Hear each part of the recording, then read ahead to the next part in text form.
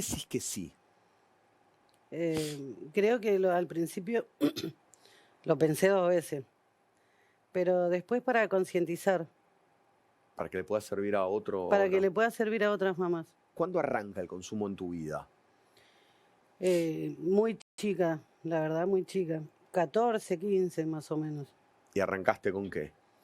Primero arranqué con alcohol y directamente pasé a la cocaína.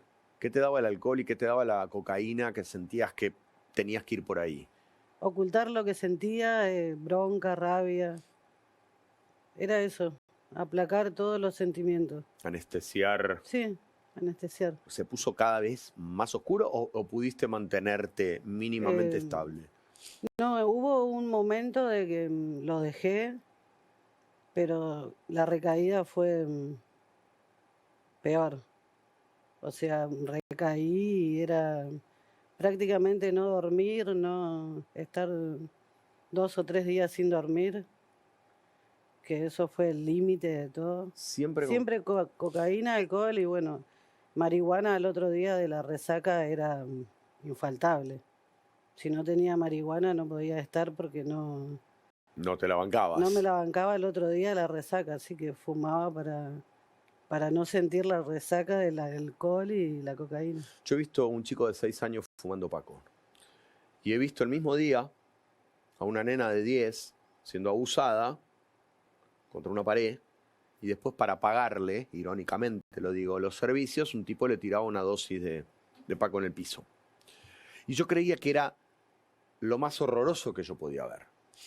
Pero cuando a mí me llaman, y yo puedo ir a un hospital, y escucho que los parteros, la partera, los obstetras no sabían qué hacer con madres que venían a dar a luz en consumo, y con bebés que nacían, ¿no?, como en situaciones ya complejas, ahí dije, no, esto es lo más terrible que está ocurriendo, porque es como el nacimiento, la oscuridad llegó a dar a luz, la oscuridad llegó a la luz. Hay un montón de madres que están pariendo así. Entonces, ahí quiero, con el respeto del caso, ¿desde dónde podemos hablar de esto? ¿Cómo lo viviste vos? Y no quiero recordarlo mucho porque es muy doloroso. Aislamiento total, que no me entendían. En el hospital me acuerdo que cuchicheaban atrás mío, sabían que estaba consumida, que fui consumida ahí a la ecografía o eso, y no, o sea, no, capaz que yo por un lado trataba de llamar la atención de alguien, Sí. pero era invisible, era un fantasma. Me hacían de lado, me hacían la ecografía, el turno que tenía, análisis de sangre, o me pesaban cuando tenía control y a tu casa. Varias veces fui amanecida. Obviamente, el adicto no es consciente de todo lo que está pasando, no es consciente de un montón de cosas, no ve todo lo que después, cuando dejás de consumir, empezás a decir, mirá lo que hice, mirá dónde estuve, mirá cuánto me metí adentro. ¿Vos eras consciente de que estabas viviendo un embarazo? ¿Había algo de conciencia del embarazo consumiendo? Estaba consciente que estaba embarazada, no estaba consciente de que eso le iba a hacer mal a largo plazo o lo que sea, pero no. Sí, porque iba a los controles y todo, pero lo otro era otra cosa. ¿Podías parar en algún momento de esos 9 meses? ¿Fueron 9 meses? Sí. ¿Podías parar? ¿Entrabas en algún momento de rescatarte o no? ¿O esos 9 meses fueron 9 meses de consumo? Fueron 9 meses de consumo. Caro, gracias primero por compartir con tanta crudeza tu historia. Y vos decís algo, yo no sabía que esto le iba a hacer mal al bebé. Claro, desde la lógica de personas libres de consumo, o por lo menos en parte libres del consumo, esto es impensable. ¿Cómo alguien no sabe que la droga le va a hacer mal? El adicto no ve, el adicto niega, el adicto se miente, el adicto está ciego, ciego de ojos y ciego de alma. No siente, está bloqueada el alma. Entonces, tratemos de entender la gravedad del asunto como sociedad, porque si no, después no vamos a poder quejarnos de nada. Se está pariendo en este momento un país con adicciones, un país mudo, un país que niega y un país retardado, un país con problemas. ¿Podemos cambiarlo? Sí, haciéndonos cargo. Segunda parte de la charla que compartí con Caro. Había días que al bebé no lo sentía, días y días que no sentía que se movía. Y aún así no podías parar. No. Y cuando ibas al hospital, también, que esto es importante decirlo, como tristemente no hay tanta información, como tristemente no hay prevención, hay muchas cosas de las que no se habla, tampoco hay un sistema de salud absolutamente preparado para ver cómo acompañar, qué hacer, qué no hacer. Claro. Incluso me acuerdo que cuando mi mamá había ido a firmar, porque yo era menor, la asistente social no me habló a mí de mi consumo ni nada. Habló con mi mamá por atrás mío y le dijo un montón de cosas horribles que después mi mamá me lo contó, pero no, nunca fue hablar conmigo, o sea, un psicólogo, psiquiatra, nada. Nadie habló con vos. No. Vos vas a parir. ¿En qué estado? Estabas en consumo. Sí. O sea, estabas en consumo y empezaste a sentir... No tenía contracciones, rompí bolsa. Rompiste bolsa consumiendo merca y alcohol. Sí. ¿Y qué te pasa en ese estado que no me quiero ni imaginar?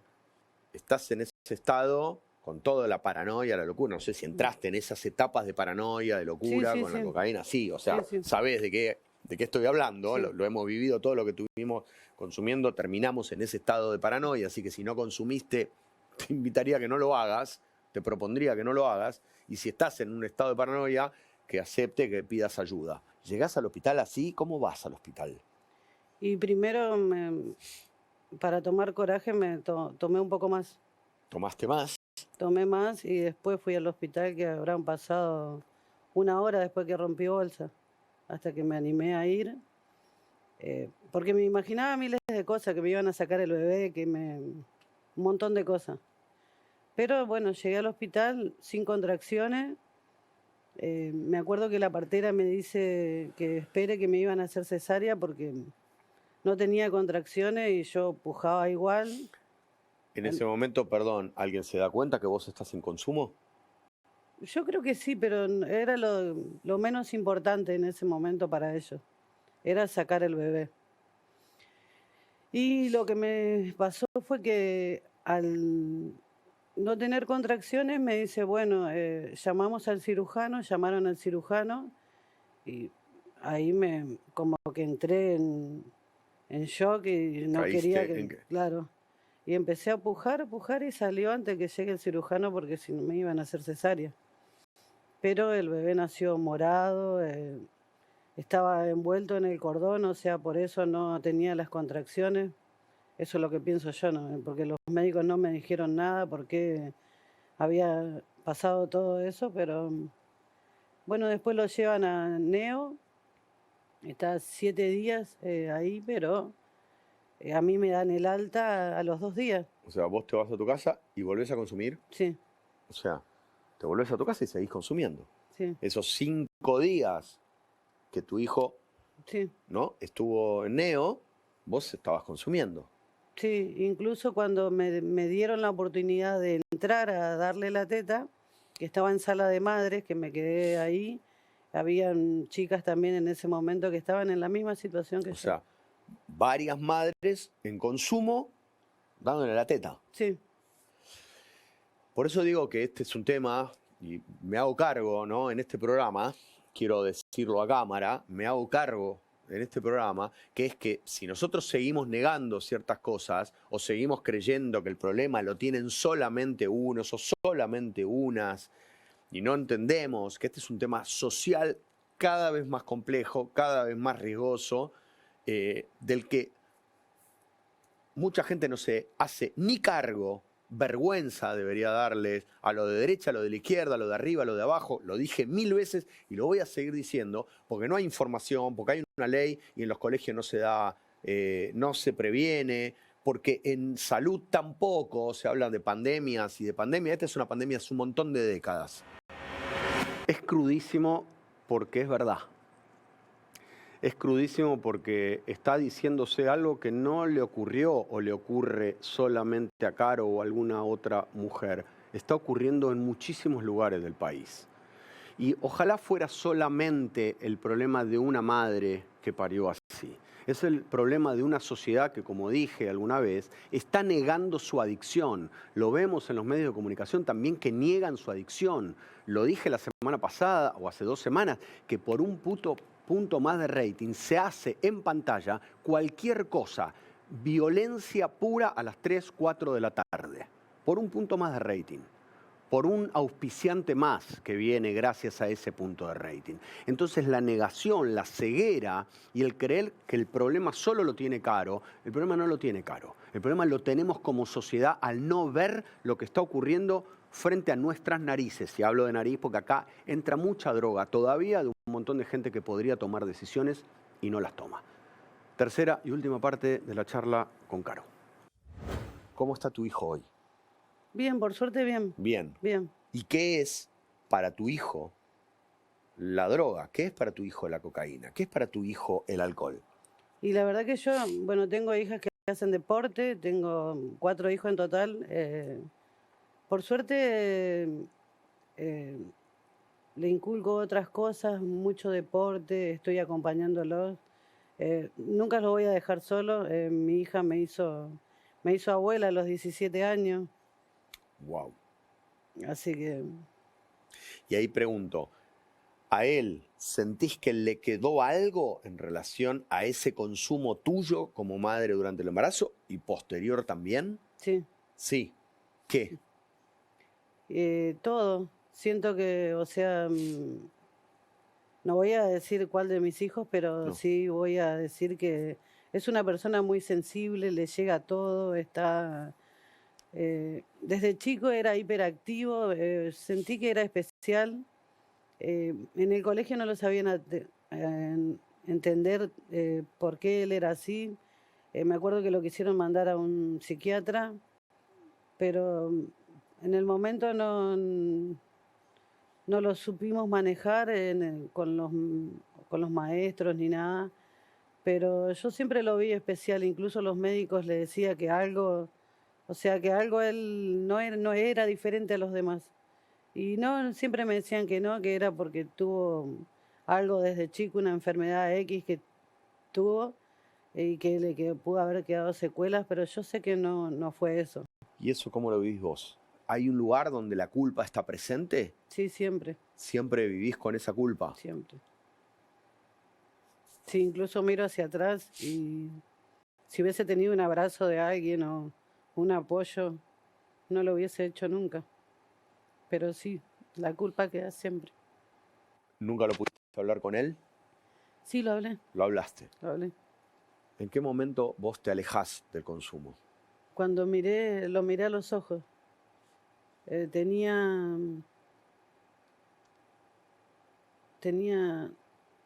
3 años. Lo miré a los ojos y pasé un montón de cosas, o sea, en mi vida personal pasaron un montón de cosas y en el momento que lo miré a los ojos me di cuenta que podía haber muerto en el embarazo, que no podía haber existido nunca y ahora cuando estoy, o sea, eso es lo peor. Estoy, lo miro y veo que está ahí, digo, la puta madre hubiese no existido. Y durante esos 3 años, hasta que lo pudiste mirar a los ojos, no lo podías mirar a los ojos. No. ¿Qué quiero decir? Que durante 3 años él estaba ahí, pero no lo podías ver casi. No, es una mierda. Es algo que no se lo deseo a nadie que pase por eso. O sea, vi amigos morir por sobredosis, vi matarse por cocaína. La verdad que no se lo deseo a nadie. Y menos una mujer embarazada que pase todo lo que yo pasé. Si yo te propongo, y está la posibilidad porque hay una cámara, si vos pudieras hablarle ahora a una madre que acaba de enterarse que está embarazada y que está consumiendo, ¿desde dónde se le puede hablar a esa madre? ¿Qué le podrías decir? Que busca ayuda, que siempre hay una mano, que yo pensé que no había nadie, pero capaz que si yo me abría y preguntaba, iba a haber alguien que me apoyara, alguien que me dé un abrazo, alguien que me diga que iba a estar todo bien y que nunca se meta en la cocaína estando embarazada o con otras drogas, porque es lo peor que uno puede hacer en el embarazo. Que sepan decidir, que siempre hay alguien que te va a ofrecer droga, pero decir que no, digan que no porque no está bueno. Y que los quiero mucho y que estoy acá por ellos. Porque les pedí permiso para venir. ¿Te dieron permiso? Sí. ¿Y sabes por qué te dieron permiso? Porque quería que cuente la historia. Mi historia y la de ellos. ¿Qué es la libertad para vos? La libertad para mí es no estar en consumo de nada, ser libre, hacer deportes como mis hijas lo hacen. Bueno, mi otra hija es ama de casa, pero ser libre, que sean libres sin tener que consumir nada, que puedan reírse, juntarse sin tener que estar consumiendo. Eso es la libertad para mí. ¿Brindamos con agua? Te quedó poquito, pero... Gracias, Caro. Gracias, Caro. Gracias por venir, por compartir, por confiar en nosotros y por creer que tu testimonio seguramente va a ayudar a otras madres. ¿Por qué digo esto? Porque vos al final además decís lo que necesitabas es un abrazo. Era un abrazo y sigue siendo un abrazo. Y hay un montón de pibes en este preciso instante, acá en la esquina, en barrios muy humildes y en barrios nada humildes, y lo digo en todo sentido, ni humildes económicamente, ni humildes porque hay soberbia en ciertos barrios donde creen que a ellos no les va a tocar, o a nosotros porque tenemos guita no nos va a tocar, mientras su hijo está en la habitación inyectándose o fumando paco. Le puede pasar a cualquiera. Y cualquiera de esos o de esas a quienes les está ocurriendo esto, lo que necesitan es contención, abrazo, atención y una mirada. Como dije, si hay alguien pariendo, hay médicos, obstetras, doulas, parteras, que están ahí también y que tampoco saben qué hacer, porque en este país, en ministerios de salud, en ministerios donde esto debería ser un tema diario, porque se está quemando el país y que me vengan a decir que no, se están quemando un montón de nenes y nenas, esto debería ser tema fundamental, porque es transversal y está tocando todos los temas de la sociedad. Inseguridad tiene que ver con drogas, salud tiene que ver con drogas también, salud mental también está relacionado con drogas. Entonces, suicidios tiene que ver con drogas un montón de veces. Entonces, hagámonos cargo. Y acá vienen a compartir con nosotros dos profesionales, Jimena e Ivana, que nos van a contar también qué les pasa a ellas cuando llega una mujer en este estado a parir. Vamos. ¿Cómo se hace desde el lugar profesional cuando llega alguien a un hospital, ¿no? Y tienen que acompañar un proceso que es un proceso hermosísimo, que tiene que ver con la vida, con la luz, con dar a luz? ¿Cómo se hace profesionalmente? Y después me quiero meter en lo personal. ¿Cómo se hace profesionalmente? Y empezamos primero por sondear a dónde estamos paradas. ¿Qué sabe la mujer que viene a tener a su bebé? ¿Qué sabe del embarazo? ¿Qué sabe de la conexión clínica, digamos, que hay entre ese bebé y ella? Empezamos por ahí.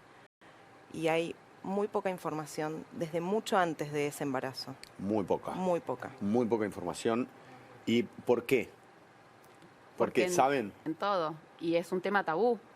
Lo mismo que la muerte. Nosotras que acompañamos, como vos dijiste, los nacimientos y nuestra labor que tiene que ver con la lactancia, con los nacimientos, con la perinatalidad en general.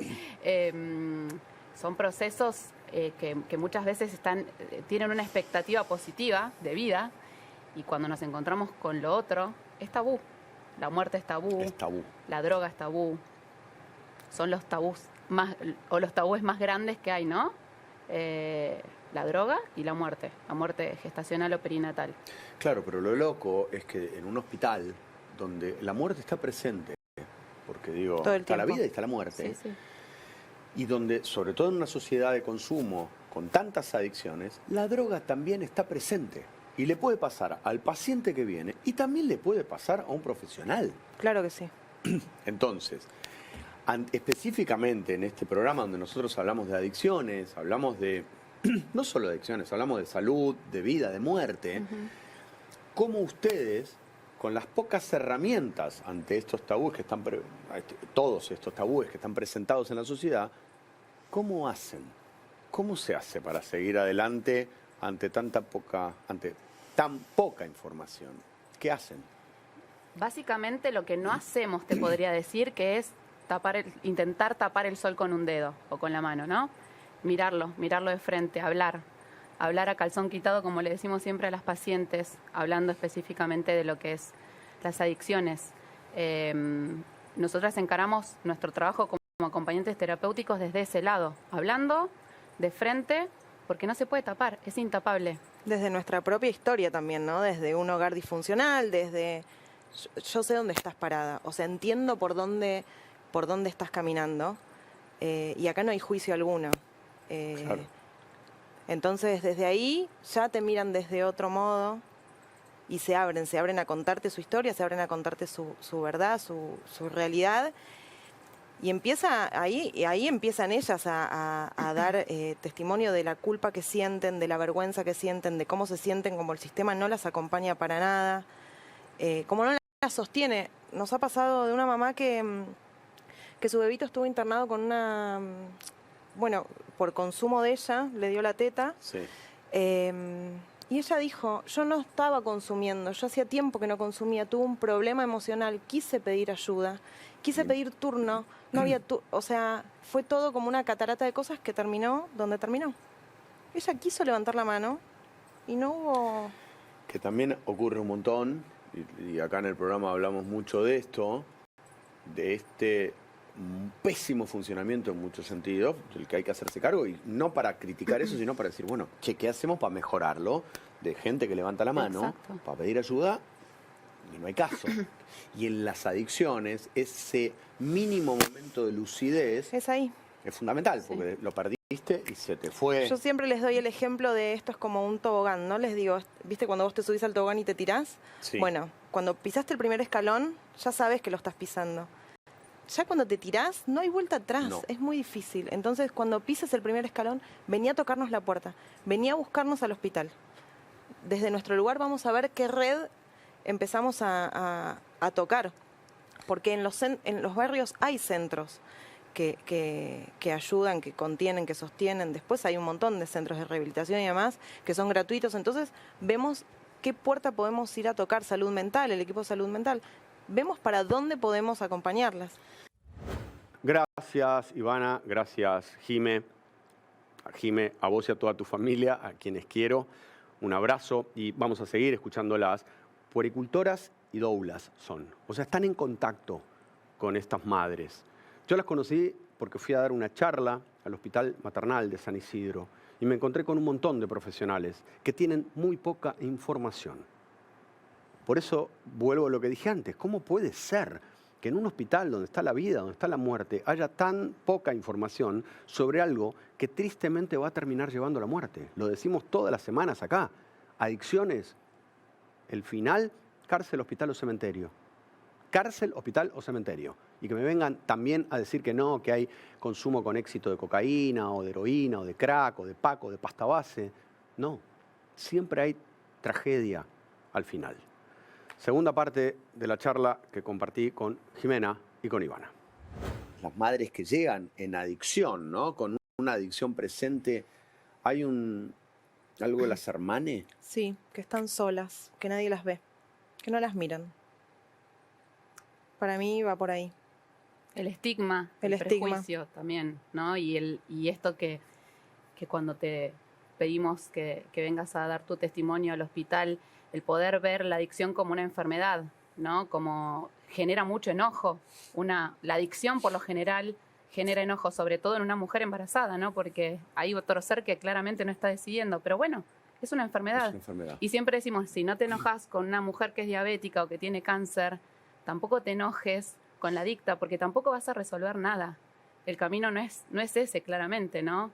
Y decíamos, como decíamos recién, hay que traer la problemática y ponerla sobre la mesa. La solución no la tenemos nosotras, no la tenés vos, no la tienen en el hospital, pero hay que hablar y hay que ver por dónde vamos. ¿En qué sienten que no se avanza sobre estos temas y en qué sienten que hay pequeñas luces, hablando de dar a luz? Ujú. ¿En qué sí? La maternidad en general no garpa. Los niños y las niñas y los bebés no garpan. No están en agenda, no somos importantes las madres con hijos. ¿Qué pasó con los niños y las mujeres en la pandemia? Una mujer que vivía sola y que tenía que quedar con su hijo, ¿no? ¿Qué pasó Todo ahí? lo que se suscitó, Sí. los niños Sí. y niñas están ultimísimos, son el último orejón del tarro. Pero por eso yo siempre hablo, lo he dicho un montón de veces acá en el programa, que cuando se habla de la pandemia esa que hubo, digo, acá hay una pandemia que tiene que ver con la adicción, que es lo no dicho, que lleva décadas. Absolutamente. Esto, una Absolutamente. mujer, esto digo, yo ni siquiera yo lo había pensado, digo, ¿qué pasó con todas esas madres que dieron a luz en 2 años? Claro, claro. Y ¿Qué causó pasó? estragos. Sí. A nivel, nosotras tenemos una lucha encarnizada por los derechos del recién nacido, porque se cumpla por las lactancias. Es una lucha, una militancia absoluta. Y podemos verlo, porque estamos posicionadas desde ese lugar.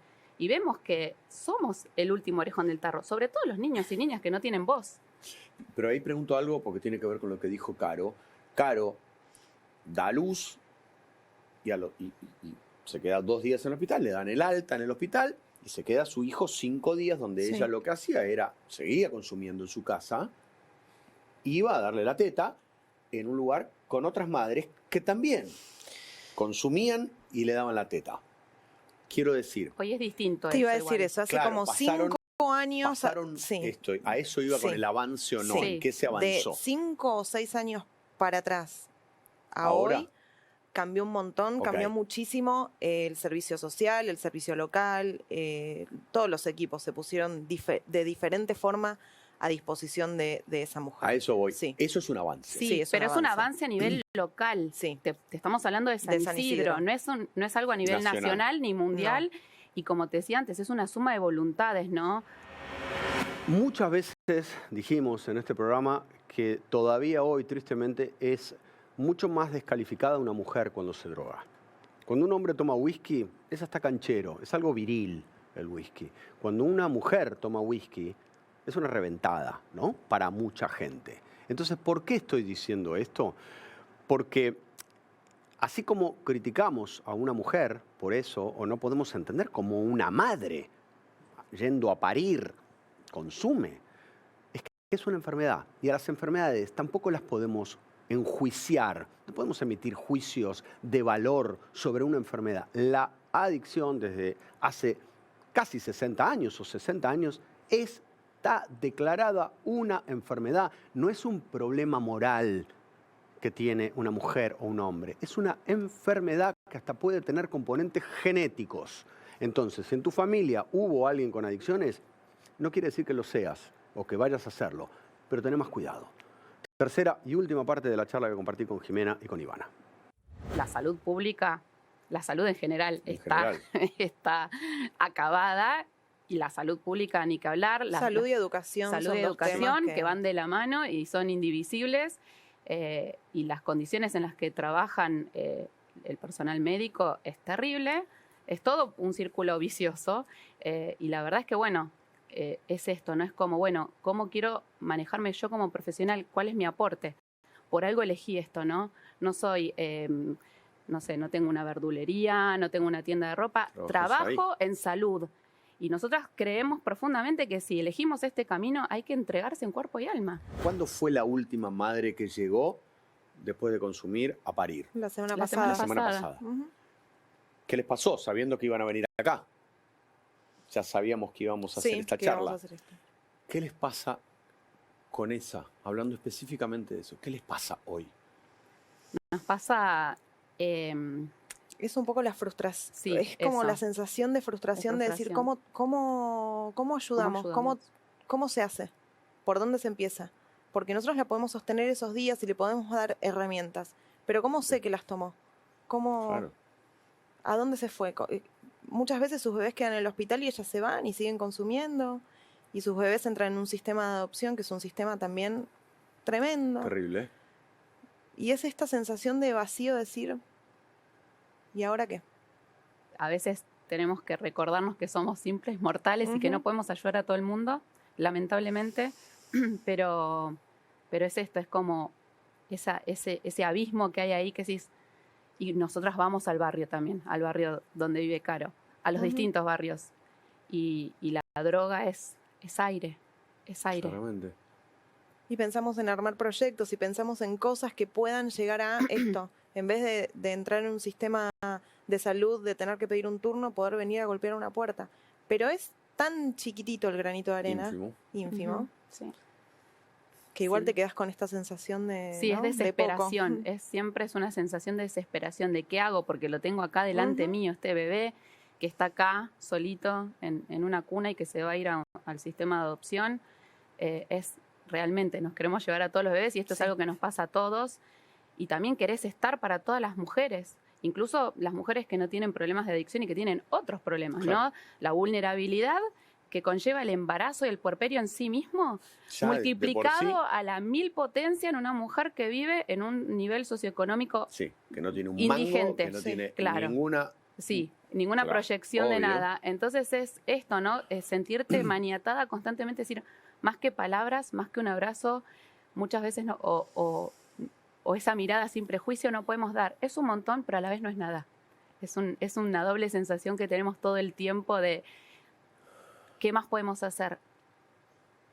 Es terrible. Gracias por venir a las dos, por el placer. laburo Gracias y a por vos. estar generando desde el lugar que Gracias. tienen mucho más de lo que el lugar les ofrece, que es un montón, pero ustedes están potenciándolo. Gracias. Brindo Gracias. con agua, Gracias a vos. que es con lo que De puedo vos. brindar. Está muy bien. Gracias. Gracias, Jime, gracias, Ivana. Y me quedo con dos conceptos finales. Esto de cuando vas a los barrios, la droga es aire. Los que hemos caminado, yo he dado 500 charlas en todo el país, frente a 500.000 personas. Por eso digo, no me pueden decir a mí si hay o no droga, o si miran para otro lado ciertos políticos y ciertos funcionarios que deberían estar trabajando en el tema. Claro que es así, claro que se está quemando y claro que es aire para un montón de pibes. Y como no tienen otras opciones, toman eso y se drogan, porque no quieren ver además una realidad tristemente, en muchos casos, cada vez más cruda. Gracias, Jime. Y una cosa más, hablaron del granito de arena. Es inmenso el granito de arena de ustedes, como es inmenso el granito de arena de un montón de gente que a lo largo y a lo ancho del país hace cosas para mejorar la vida suya y de un montón de gente. Y ahora voy a hablar con dos especialistas, una neonatóloga y una obstetra. Es un clip que preparamos para ustedes con dos especialistas hablando específicamente de este tema.